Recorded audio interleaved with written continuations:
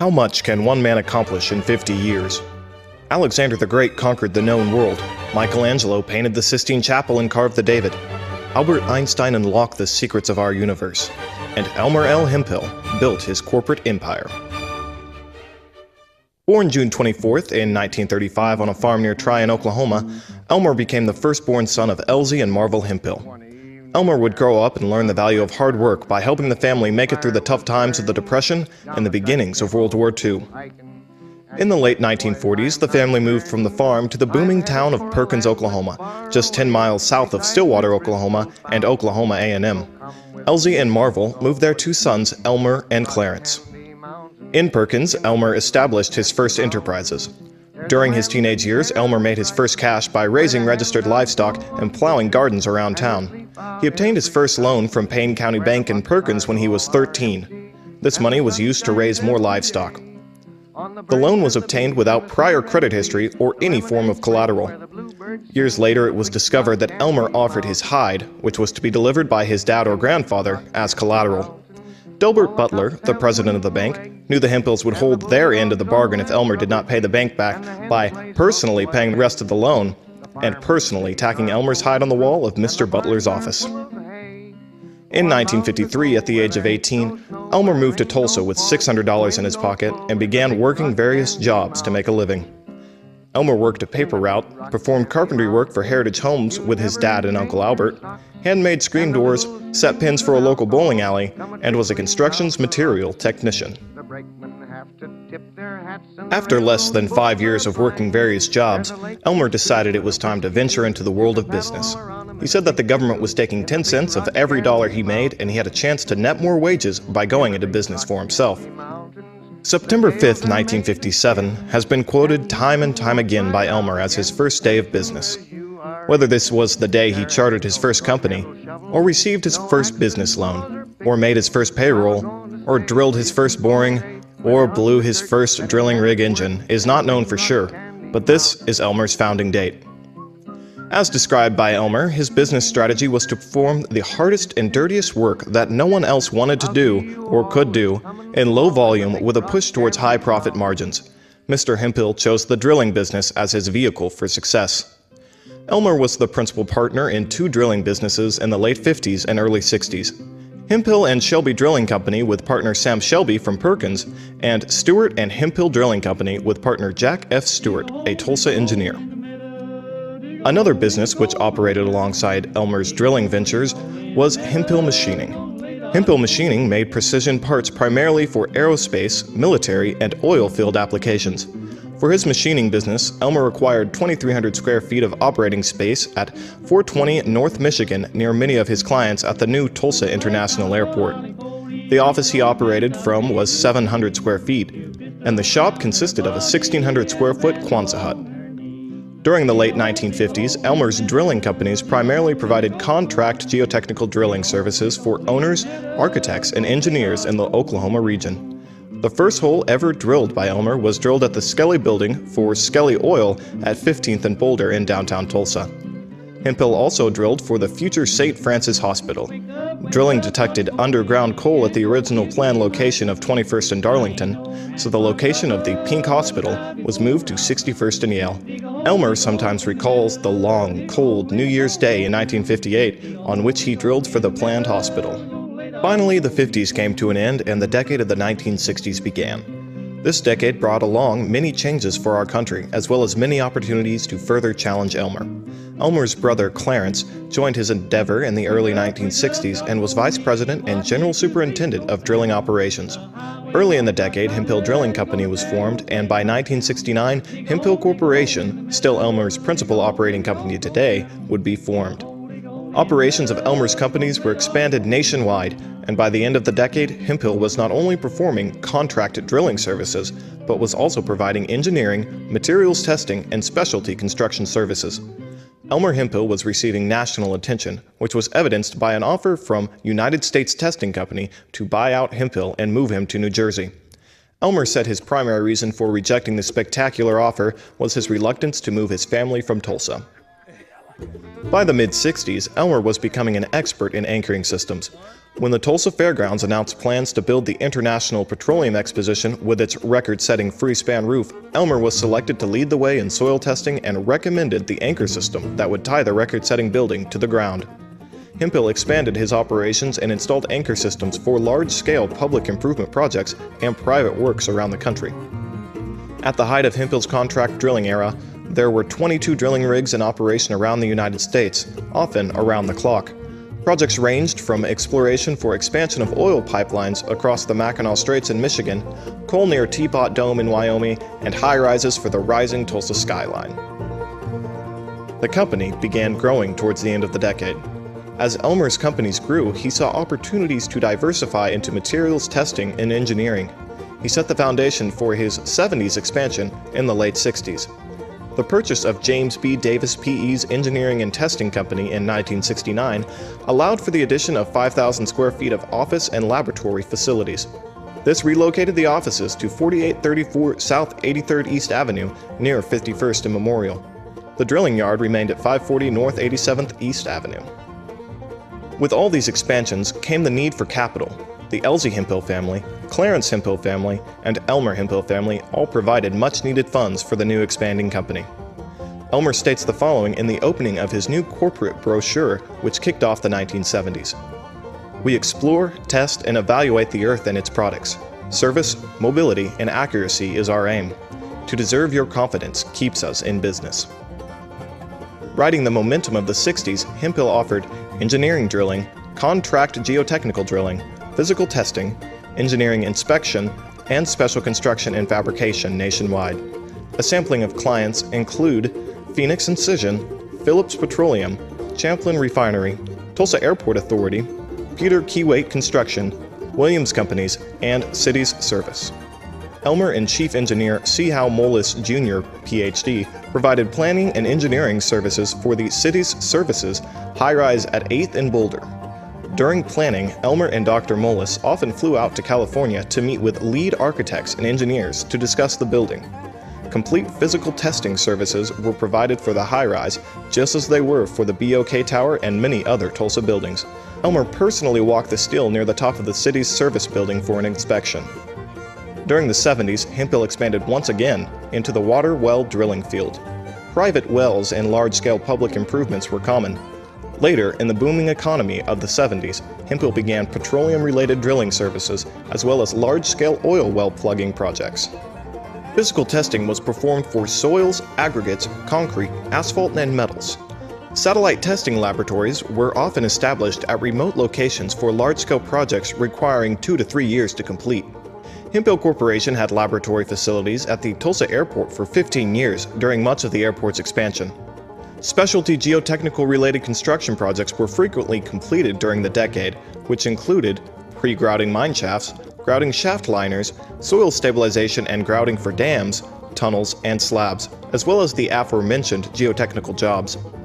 Turnkey geotechnical reports were provided to geotechnical clients including drilling, testing, and engineering recommendations. Geotechnical recommendations were provided for projects varying in size and scope, from parking lots to shopping centers, dams to high-rises and refineries. Throughout the 1970s, Hemphill employed up to 200 people. Hemphill's diversity would soon pay off as the booming economy of the 70s would meet the tough trials of the mid to late 1980s. Continuing on into 1980, Hemphill drilling operations also focused on municipal well projects in the Oklahoma City area. Cemented 800-foot oil field completion wells were common. After test wells were completed, Hemphill designed the wells, drilled the holes, completed the underground portion, installed the pumps, controls, and well houses, and completed final well testing before turning them over to their municipalities. Norman, Moore, Edmond, Del City, Guthrie, and many other communities have pumped billions of gallons of water from Hemphill completed well sites. Shallow petroleum exploration became commonplace for Hemphill during the 80s, primarily in eastern Oklahoma. Elmer partnered with Hughes Costin on oilfield ventures including Tiger Oil and Gas, which built and operated a natural gas pipeline. The two major droughts of 1978 and 1983, which helped fuel the need for more municipal water wells, also caused widespread foundation problems throughout northeastern Oklahoma. Elmer and Dempsey Powers created General Foundation Corporation, primarily to repair failing structures. One of Elmer's sons, John Hemphill, joined the team in 1983 and was primarily responsible for operating General Foundation early in his career. Originally, the new company focused on the repair of residential structures and later commercial structure repair. New foundation construction and masonry projects became common. Hundreds of buildings and structures had been repaired by General Foundation by 1985. General Foundation completed large-scale masonry projects for Walmart, Maryland Cup, Rutherford Publishing, Arrowhead Mall of Muskogee, and Cascia Hall. The Cascia Hall project created a masonry job that led Elmer to purchase a 102-acre property located in Fredonia, Kansas. The remaining bricks on the property provided the unique clinker brick required to complete the Cascia Hall masonry additions. Hemphill Corporation continued to install both horizontal and vertical anchoring systems in the 1980s, but other unique projects began to appear as work became scarce in the failing 80s economical climate. During these tough times, Elmer designed and fabricated numerous specialized pieces of equipment for projects where uniqueness was required. In 1982, he designed a drilling rig which bolted onto columns for a large-scale remediation project. In 1985, Elmer designed a hydraulic drilling machine that two men could wheel into a motel room and drill a 40-foot hole for tieback anchor installation, which kept a motel from pulling away from a mountainside. In 1986, 87, and 88, Hemphill Corporation rode out the tough Oklahoma economy. Many business owners were closing their doors and choosing to quit, but not Elmer. One night, sleeping in his office as he often did during this time, Elmer was abruptly awakened when a bookshelf and all of its contents came tumbling down on him. Elmer came away unscathed, but certainly shook. His life work seemed to be tumbling down on him. He tells the story of how some of his peers encouraged him to sell most of his drilling equipment for 50 cents on the dollar in 1982. He said he wasn't stupid, and that it wasn't enough. He finished the story by saying he waited about 5 years and was lucky enough to get 10 cents on the dollar. He even required that a P.O. box be established because checks could be obtained from a P.O. box a few hours faster than by mail carrier, allowing payroll to be met on Friday in the toughest of times. 50 years of business totals about 2,600 payrolls.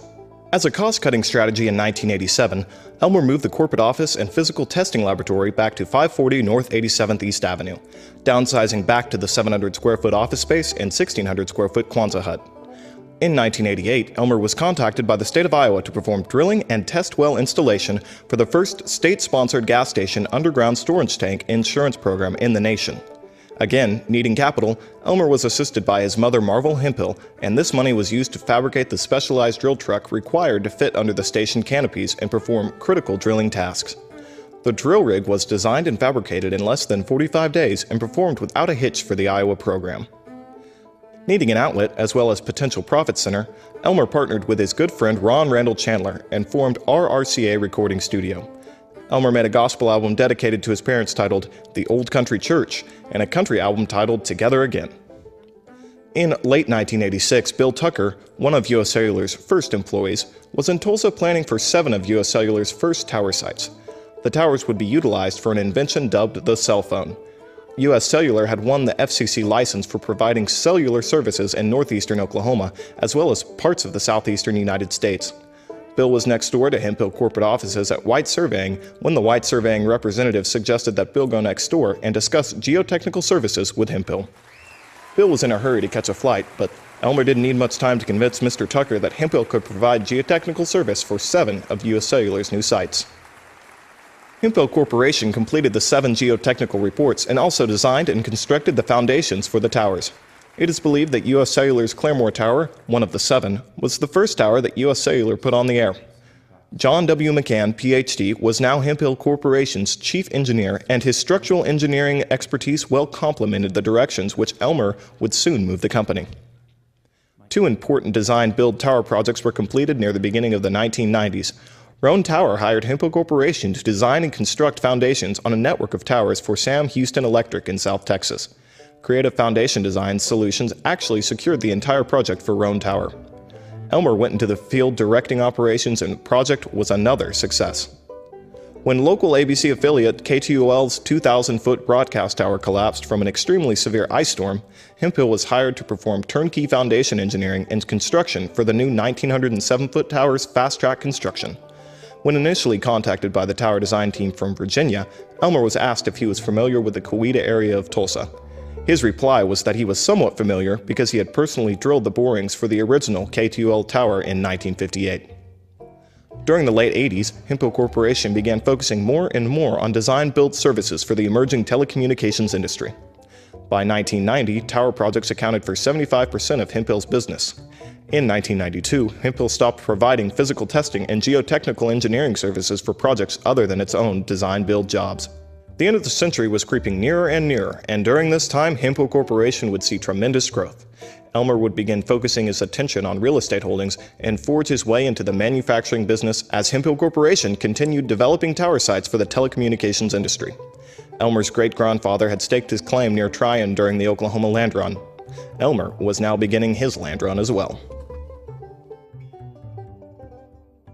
Early in the 90s, Hemphill still operated from its facilities on the one-acre tract near Tulsa International Airport.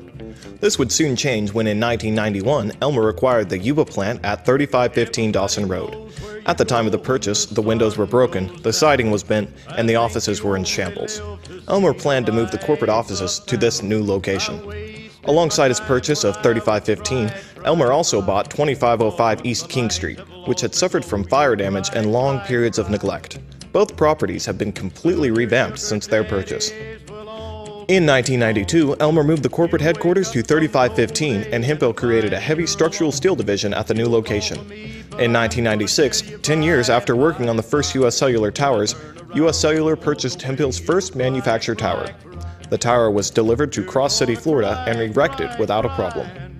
Although Elmer had been involved in specialty fabrication since the 50s, he entered into large-scale manufacturing in the early 90s when Hemphill Corporation began designing and manufacturing AISC mill-duty EOT overhead bridge cranes. Cranes were shipped regionally and shipped as far as North Carolina, Florida, and even Egypt. By the year 2000, alongside its tower manufacturing, Hemphill was in full production of air-cooled heat exchangers for the energy industry. The wireless industry continued booming throughout the 90s. During this period, Hemphill performed development for all of the industry's major carriers.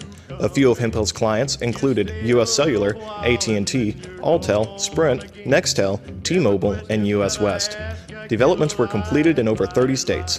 By 1992, Hemphill was performing land acquisition, regulatory compliance, engineering, zoning, full-site construction, and tower erection for its clients.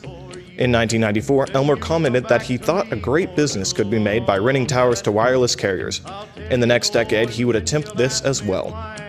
Hemphill has primarily provided towers for the wireless telecommunications industry.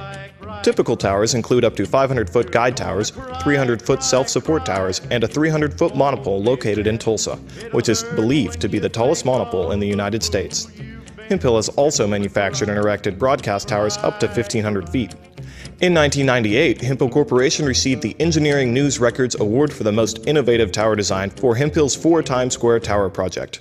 The following year, the same structure won the Tower Industry's Excellence in Business Award for Best Multi-Tenant Tower. The unique design atop the 4 Times Square building in New York City can hold over 200 antennas.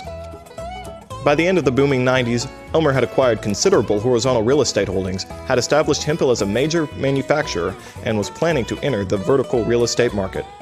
In 1998, discussion began with Greg Boyd to partner in a vertical real estate company, and by 1999, it was operating as Intellicom Tower Development, LLC.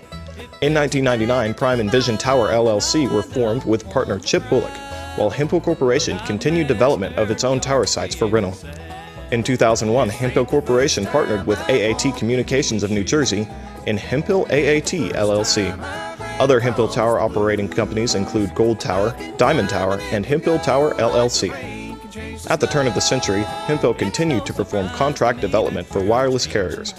But Elmer strategically decided to place more emphasis on improving the horizontal real estate and developing vertical real estate to own and lease. Elmer knew Hemphill's talented and very experienced workforce was perfectly suited for turnkey development of Hemphill-owned tower sites. By 2000, Hemphill's tower site development workforce had been involved in development or manufacturing for every major carrier on over 3,000 tower projects throughout 40 U.S. states. as owner, engineer, manufacturer, developer, and manager for its leased tower sites. Hemphill was positioned to provide customers with unsurpassed service and the finest tower sites for co-location in the industry. After divesting itself of almost 70 tower rental properties, Hemphill still has ownership in over 100 rental properties with almost 250 long-term lease contracts. Hemphill's headquarters is now located at 1350 North Louisville, where it also houses its manufacturing and development divisions. Hemphill is actively leasing horizontal real estate properties and currently has plans to improve and develop others. In 2001, after the events of September 11th, the telecommunications sector would begin a downward trend with the rest of the nation's economy. In the summer of 2001, Hemphill's structural division commenced manufacturing of air-cooled heat exchangers on a large scale. Code stamps were obtained by August of 2001, and during the period from 2001 to 2006, Hemphill produced approximately 4,000 air-cooled heat exchangers for the energy industry. In 3 months, Hemphill's tower manufacturing operations were moved to its Carter Water facilities acquired in the late 90s with Response Media and other properties. By 2003, Hemphill employed over 200 people in its air-cooled heat exchangers division. The vertical real estate business continues to boom, and Hemphill is strategically developing new properties. Its tower manufacturing division and tower site development divisions are focused equally on internal development and contracting for others. Elmer has stated many times that he really hasn't done much in business since coming to Tulsa. One can only assume he means that his vision was even greater than what he has accomplished in the last 50 years. Or one can assume that he wanted each detail to have been done better, or more precisely, because this is his nature. Or one can assume that he wanted to punch a few more toads, because as he says, you never know how far a toad will jump until you punch it. Well, this decade is not over, and there is another one around the bend, and there are several toads left to be punched.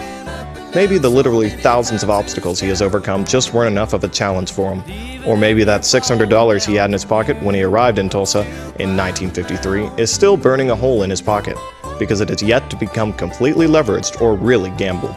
Just watch, just listen, and we all know he'll come up with something else to do.